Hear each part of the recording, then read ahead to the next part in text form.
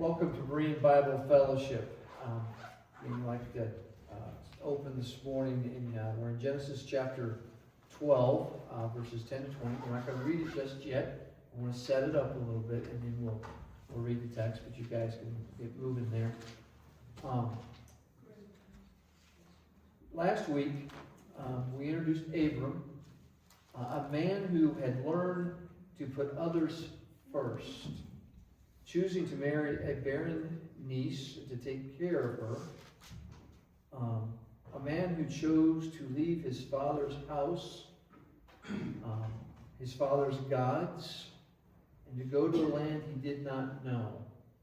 It was beginning to show signs of faithfulness. He was beginning to learn things. And if you think about leaving your father's house, now our society is we want to raise our children to be independent, and we hope that sometime in their late teens, early 20s, they move on to their own life and they take on their own life. But back in Abraham's day, you lived in your father's house your whole life.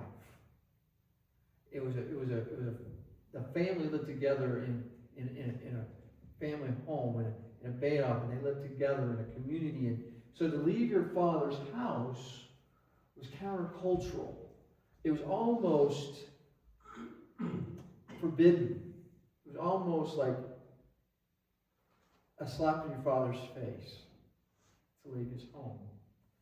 But he was leaving his home, and he was also going to leave his gods. Because remember, they started off in the Ur of the Chaldees, and you don't need that. There's nothing on that. The Ur of the Chaldees, that would have been over in Babylon, or what we call modern-day Iraq, and they went up to north, in the Fertile Crescent to the north, and he stayed in a little place called Haran, where his brother died, and then he decides to leave his father there. But his father brought the gods with him, and Abraham leaves his father and his father's gods there in Upper Mesopotamia. And he goes for a country and your kindred, and you will find, in Genesis 12:1, go from your country and your kindred and your father's house to a land I will show you. So he's leaving everything he knows, everything he understands. He's a man who's learning to follow God. And I'm using the word learning because Abraham's not perfect. He's learning. He's learning to trust God. This man who will bless all the nations of the earth is learning to trust God.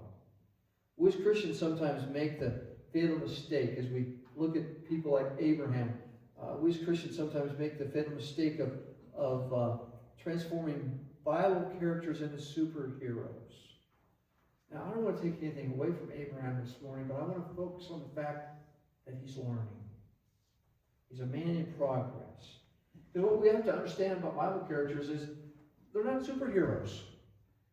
They're not. I love the way Marty Solomon said it, because he's kind of in tongue-in-cheek here. He said, Abraham's not running around with a cape and the letter A on his chest. He's not Superman. He's not Super Abraham. He's just a guy learning to trust God, learning to follow God. Now, why is this important for us to understand that Abraham is not a superhero? I want you to think about this for a second. If we put Bible characters high up on a pedestal, we can be left defeated. I've heard this said, I'll never be an Abraham. I'll never be a David. I'll never be a Solomon. I'll never be a Paul. I'll never be a Matthew. I'll never be a prophet. I'll never be a great preacher. I'll never be an apostle. So why even try? We put them so high on the pedestal that we just give up before we try. We don't even give it a shot. So why try? And what happens then is we fail to serve God to the fullest of our ability because we don't even try. And here's the thing we have to understand. We're not supposed to be superheroes. Right. Abraham is not supposed to be a superhero. We are to be the best version of ourselves that God has called us to be. See, God has given us, each one of us, a job and a purpose in life. He's given each one of us that. And we're not to be Abraham or Paul or David or Solomon or the Apostle Paul or Matthew or Timothy. You're to be what God has called you to do. The best version of you that God has called you to be. You're to live out your life, and you're to follow your calling. If we go back to the Bible characters, the other thing that we can have by putting Bible characters too high on a pedestal is they fail. Every one of them. If you study the stories, and this is what I love about the Bible, because the Bible is good, bad, and the ugly. You know, he talks about all the good things that these guys do, but I also tell you the stupid stuff they did. And they all fail. They all fail. And then we use their excuse. If Abraham can fail, what chance do I have? If David can fall, what chance do I have? If Peter can deny Christ, what chance do I have? And we use their failures as an excuse to not even try. What I want you to understand is by putting Bible characters on a pedestal or choosing to focus too much on their failures, either one, whether we're lifting them too high or we're just focusing on all the mistakes they made, either one of those can lead us to not living up to the full potential to serve God the way God has called us to serve Him. But we can learn from them. We can learn from their successes, and we can learn from their failures. In the stories to follow, we will see Abraham failing to trust God. We will also see Abraham using that failure to learn how to trust God. And that's what our life should be. We're going to mess up. But when we mess up, that should teach us something. And what it should teach us is that we can trust God. Listen, we all need to learn as sinners. We all fail. Every one of us. Right. But God can use us. God can work in our life, even in our failures. Even in our failures, He can keep His promises. What we're going to see in Abraham's life, God calls Abraham. Abraham shows faith. He goes. He leaves the father's house. He leaves the father's gods. And he goes to a place he has no idea where he's going. He shows faith. But he also fails. Miserably at times. But what we're going to see in this life is God can use and God can work through our failures and still keep His promises. Amen. As we get into the covenants a little bit later, a couple weeks from now, we're going to learn that the covenant, the Abrahamic covenant, is a one-sided covenant. God made the promises. Abraham didn't. You have to come back for that. For now, let's just read Genesis chapter 12 verses 10 to 20. Okay. Jonathan, you're going to work the slides? If you want. Okay. Because you and Elaine are both doing it. I don't want you guys fighting each other. I see you both trying. So, Jonathan, go ahead and run the slides. So, do you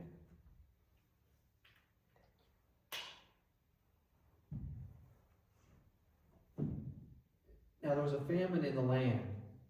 So Abraham went down to Egypt to sojourn there, for the famine was severe in the land. And when he was about to enter Egypt, he said to Sarai, his wife, I know that you are a woman, beautiful in appearance. And when the Egyptians see you, they will say, this is his wife, and they will kill me. But they will let you live, saying, you are my sister, that it may go well with me because of you, and that my life may be spared for your sake. When Abraham entered Egypt, and the Egyptians saw that the woman was very beautiful, and when the princess saw her, they praised her to Pharaoh, and the woman was taken into Pharaoh's house. For her sake, he dealt with her well with Abraham, and he had sheep and oxen and male donkeys and male servants, female donkeys, and camels. But the Lord afflicted Pharaoh and his house with a great plagues because of Sarai, Abram's wife. So Pharaoh called Abram and said, what is this you have done to me? Why did you not tell me that she was your wife? Why did you say she is my sister, so that I took her for my wife? Now then, here is your wife. Take her and go. And Pharaoh gave men orders concerning him, and they sent him away with his wife and all that he had. Now some say Abraham was wrong for even going to Egypt. But I want us to remember, progressive revelation, progressive story. Abraham doesn't know everything we know. The Exodus is still several hundred years into the future. You know, we get to know as we read through the Old Testament, you know, every time the nation of Israel goes to Egypt, it doesn't work out so good. Abraham doesn't know that yet. He hasn't experienced that yet. But let's talk about Egypt for a second. Egypt, or the Nile Delta, is a place later we'll read about later in the book of Genesis called Goshen. And it's the most fertile farmland in the world. Learned something this week. And I'm from Iowa. I'm a city kid from Iowa, so I'm not a farm kid from Iowa. But if you grow up in Iowa, you know about farming, because that's just life in Iowa. But it's estimated that the topsoil in Egypt is 100 feet deep. In Goshen, in the Nile Delta, is 100 feet deep. Now I want you to put that in perspective. The Midwest, the United States, Illinois, Iowa, Nebraska, those states, some parts of Arkansas, those states that grow all the corn and soybeans, it's been rated to be the second best farmland in the world. Nile Delta is number one.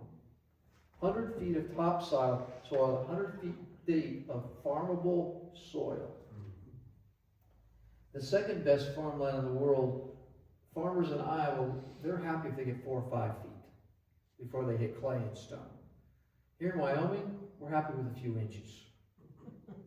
Okay? You know, if you got 3 or 4 inches of topsoil, you're doing good here. This was good soil. So Abraham simply did what was logical. He went to the grocery store. Egypt was the grocery store of the ancient Near East.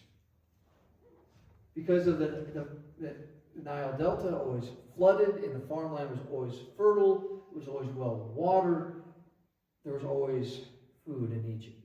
So anytime there was famine anywhere else in the area of Egypt, you went to the Nile Delta because there was always food. So he simply went to the grocery store. It's not that going to Egypt that showed his lack of faith.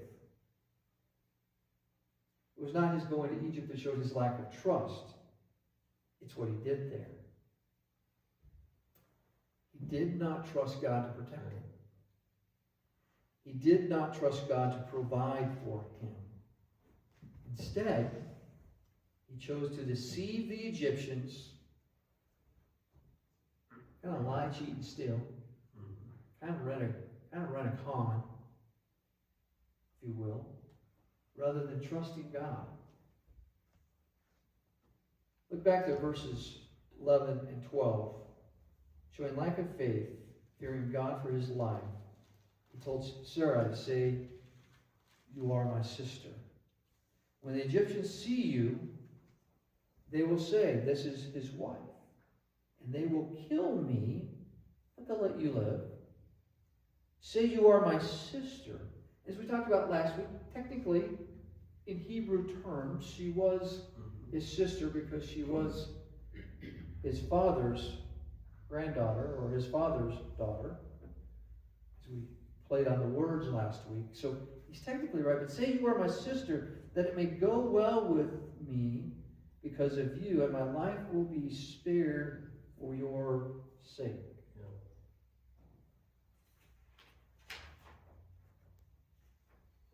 I asked this question of myself here.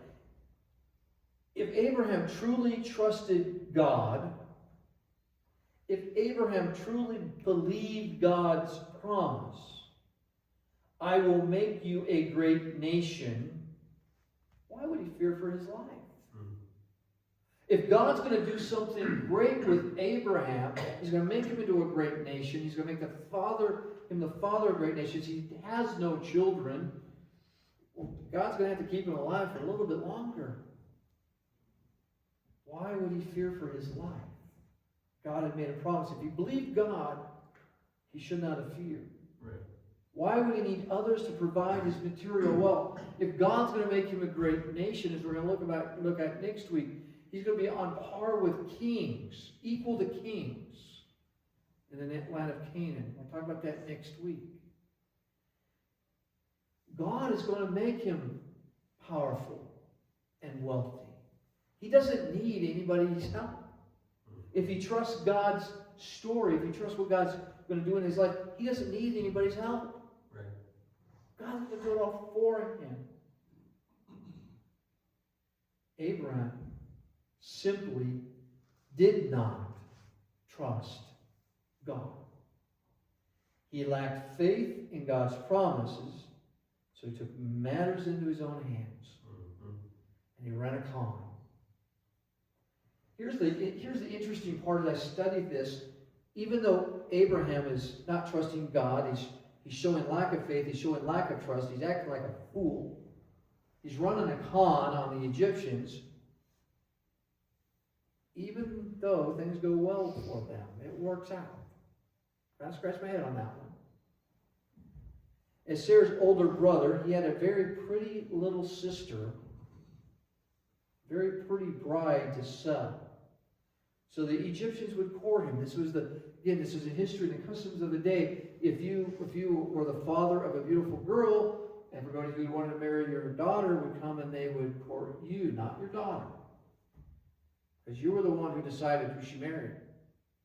So they would come and court you, and they would lavish you with gifts. And in doing this, you gain wealth. And so Abraham was going to exploit his wife, his sister, run the con, say she's his sister, and he's going to let them come and court him to sell his bride, his sister, to them, and he's going to gain wealth. He's running a con.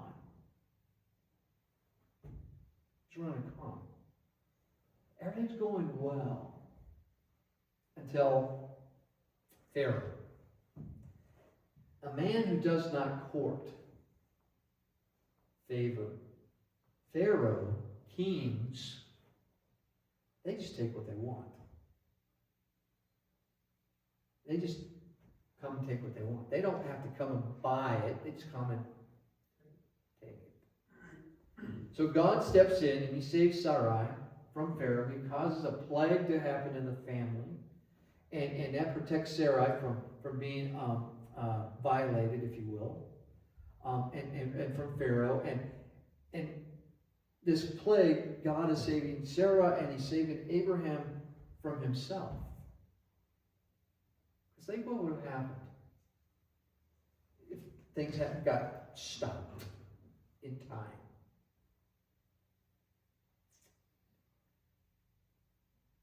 If we understand ancient culture, the other part about this whole story that amazes me is Abraham is lucky he got out with his life. I mean, you deceive a king, you lie to a king, you deceive a nation, you run a con against the king, and yet he lived. God protects. God was protecting him. Amen. Even when he was acting like an idiot, God was protecting him. Pharaoh could have had Abraham killed for the deception that he was running, for deceiving him.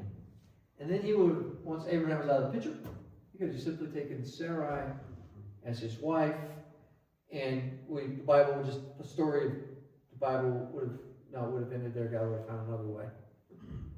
But the story of Abraham would have ended. The story of Israel would have ended.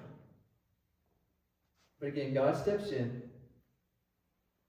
and I don't know why, but Pharaoh simply just said, "Get out of here. Go back to Canaan.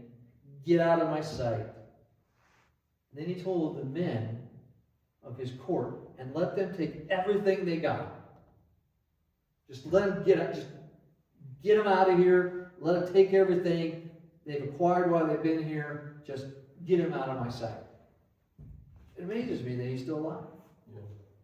It amazes me that he got to take, I could say, get him out of my sight, but take everything back.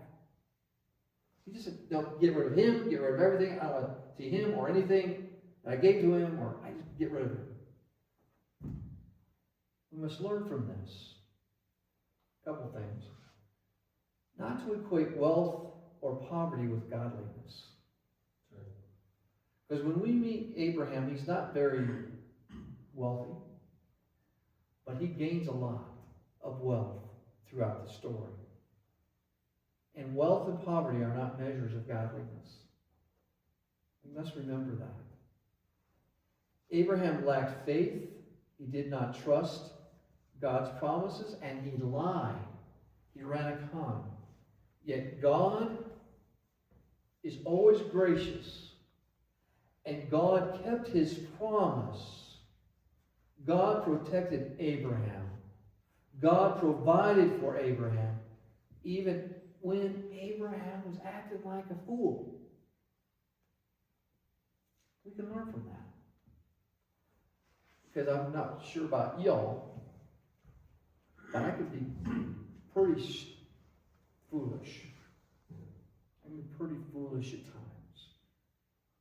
And yet I can see throughout my life God stepping in, protecting me from myself, providing for me in my foolishness, protecting me in my foolishness. The question is, did Abraham learn anything? Did Abraham learn anything? Next story. Genesis 13, 1-7. Let's turn there. So Abraham went up from Egypt, he and his wife, and all that they had, and Lot was with him to the Negev. Now Abraham was very rich in livestock, in silver and in gold, and he journeyed on from the Negev as far as Bethel, to the place where his tent had been at the beginning between Bethel and Ai, to a place where he had made an altar at the first. There Abraham called upon the name of the Lord. Lot, who went with Abraham, also had flocks and herds and tents. So the land could not support both of them dwelling together, for the possessions were so great that they could not dwell together. And there was strife between the herdsmen of Abram's livestock and herdmen of Lot's livestock. At that time, the Canaanites and the Perizzites were dwelling in the land. So we don't know how much time. The Bible tells us locations, and we know Abraham was constantly moving. He lived a nomadic life, but we really don't know how much time there was from the time that they left the Ur of Chaldees to Haran, to Egypt, back to Canaan. We don't know how many years. It could have been months, could have been weeks, could have been years. We don't know. It could have been some time. But what has happened, what we do know from this text is that both Abraham and Lot had become wealthy men. They become both wealthy and powerful men, to the point that they both had such large extended herds that their herdsmen, their servants, were fighting over grazing rights. It was an old-fashioned range war in Canaan. Your cows are eating my sheep's food. Your sheep are eating my cow's food. They were fighting over the land. They're fighting over grazing rights. This is an old-fashioned range war between the servants of Abraham and the servants of Lot. What happens next amazes me. Let's pick up the reading in verse 8. Abraham said to Lot, "Let there be no strife between you and me, between your herdsmen and my herdsmen, for we are kinsmen." We're brothers. Don't fight. We're brothers. Sidebar, this wasn't even in my notes. We're brothers in this house. This church, we're brothers and sisters. We should not have strife in God's house. We're brothers and sisters. I don't think we have any. Just in case there is, I'm going to put the vaccine in there. Is not the whole land before you? Separate yourself from me. If you take the left hand, I'll go to the right. If you take the right hand, I'll go to the left. And Lot lifted up his eyes and saw that the Jordan Valley was well watered, everywhere like the garden of the Lord, like the land of Egypt, in the direction of Zoar. This was before the Lord destroyed Sodom and Gomorrah. So Lot chose for himself all the Jordan Valley, and Lot journeyed east. Thus they separated from each other. Abraham settled in the land of Canaan, while Lot settled among the cities of the valley, and moved his tent as far as Sodom. Now the men of Sodom were wicked, great sinners against the Lord. What's so amazing? Abraham and Lot go their separate ways. Okay, you go one way, I'll go the other way. Again, I'm pulling from Jewish tradition, Jewish legend. I think I told you I was going to do this as we went through here. You know, remember, Abraham is an old man. Sarah's an older woman. They have no children. Yet Abraham has been told by God that he's going to make him the father of many nations. Again, understanding how Hebrew tradition, Hebrew law works, it's possible that Abraham thought that maybe Lot is going to be the means of the promise.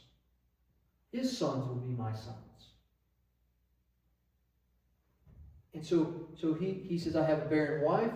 Maybe my prodigy will come through my nephew Lot's prodigy. His sons will become my sons as a patriarch. Letting Lot go would be abandoning that hope. If you truly believe that, again, this is more legend and more speculation, but again, if you understand Jewish history, it's a possible truth. By letting Lot go, he's abandoning on the promise that well, if I let Lot go, my sons are not going to come through Lot. He's letting that go. Let me ask you a question, another question here. Who's the patriarch? Who's the head of the clan? Abraham. As the head of the clan, as the elder in the relationship, as the uncle, now the patriarch is the father and the grandfather are both deceased, so Lot is now under Abraham. That's the way the family functioned. Who has the upper hand?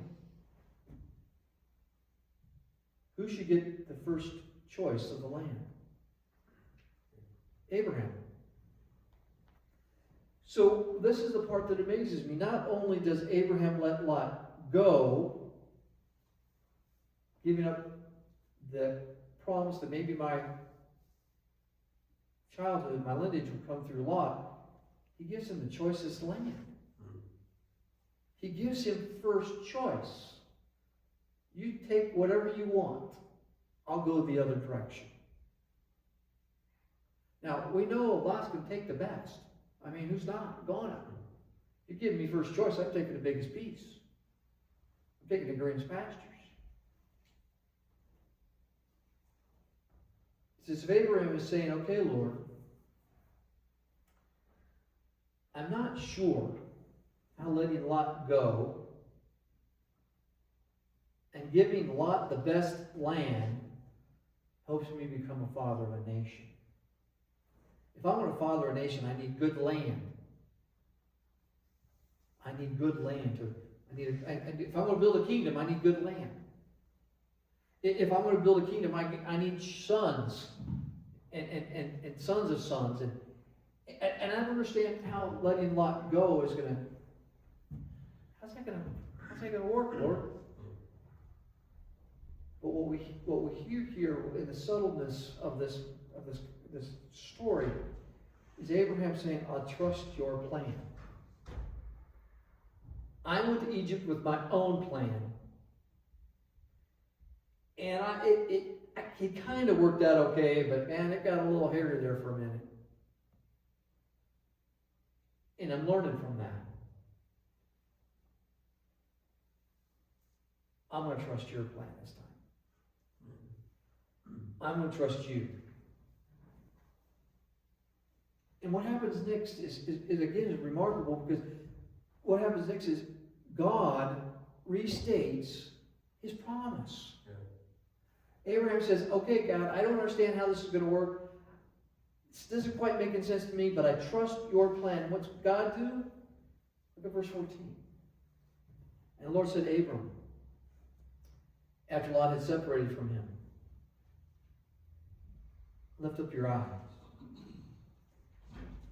and look from the place where you are. Look north. Look south. Look east. Look west.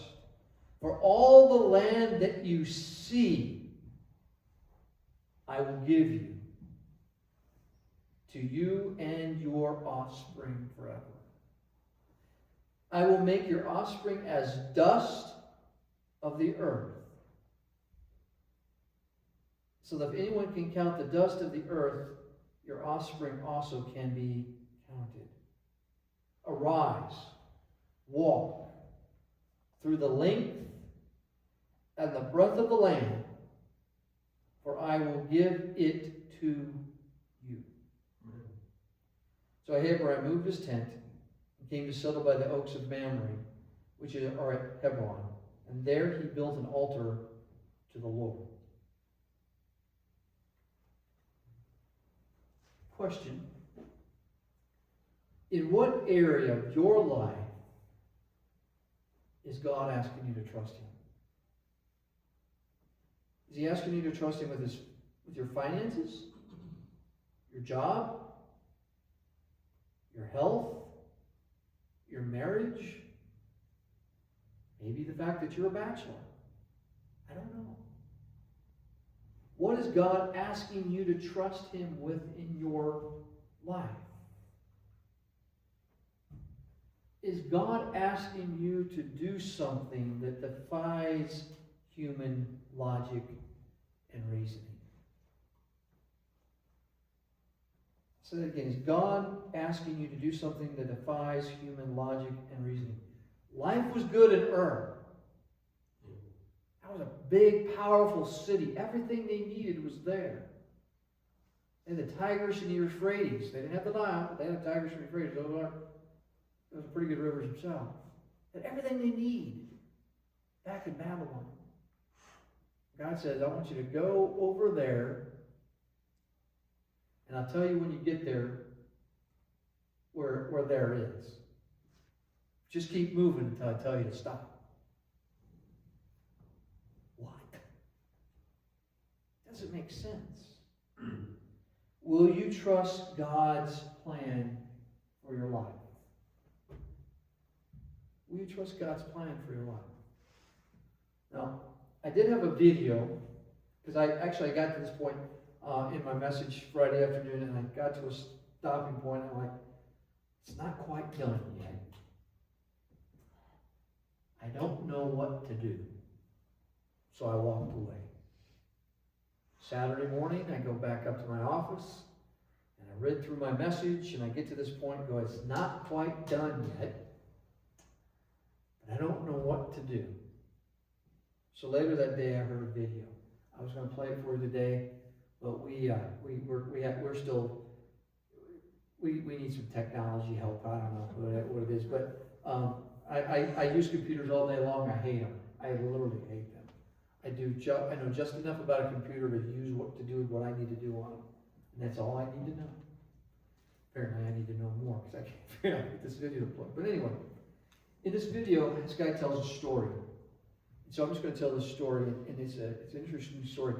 But if you've ever been to Niagara Falls, has anybody been to Niagara Falls? Have you ever been there? Raise your hands. Okay, you've seen that. I mean, it's massive. I mean, the water is roaring over these falls. And the water, when it goes over the edge, is probably 4 or 5 or 6 feet deep. I mean, it's just roaring. And it's, 1,000 foot across. It's 500 or 600 feet or more deep to the bottom. And then the bottom is just rocks and water, turmoil. You fall in, they might find you. Maybe not. We don't know. So anyway, this guy in the mid-1800s, French guy, he's a trapeze artist, an acrobatic type of guy, and he decides he's going to walk across Niagara Falls on a 2-inch wide rope. So up width of my wrist. He's going to walk this rope across the Niagara Falls. So he walks over. Oh, he walks back. Because that wasn't challenging enough. So he starts carrying stuff back and forth. I guess at one point in time he actually took a stove, which would have had to have been a gas stove, some kind of a gas stove and burner, and he takes a gas stove out to the middle of the rope, out to the middle of the falls. He cooks an omelet and eats it while standing on the rope. Okay, guy's crazy. He walks back to the edge, and he grabs a wheelbarrow. His story was yellow, I don't know what color it was, but he grabs a wheelbarrow. He says, who thinks I can push this wheelbarrow across this gorge, across the falls on this rope? And the crowd's cheering, yeah, you can do anything, you can do anything. He goes, who wants to go for a ride? Dead silence. Dead silence. They all believed he could, but no one was going to put their faith in him, or their faith in him to get in the wheelbarrow.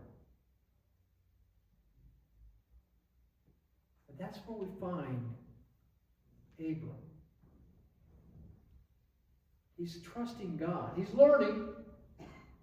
He's messing up. He's not perfect. But he's learning.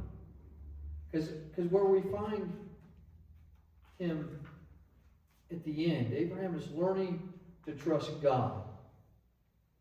Because if we were to turn to Hebrews chapter 11, verses 8 and 10, and we'll probably come back to this verse many times as we go through the life of Abraham, because this is the summary of his life.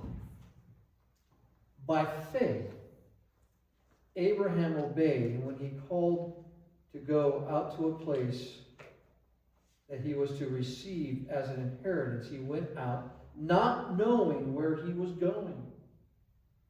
By faith, he went to live in the land of promise, as in a foreign land, living in tents with Isaac and Jacob, heirs with him of the same promise. For he was looking forward to the city that is foundations and whose designer and builder is God. That's heaven. That's heaven. It's not even Jerusalem. He's looking all the way to heaven. Whose foundations and designer and builder is God. Abraham was learning to trust God. That's what I want us to see in the story today. Abraham is learning to trust God.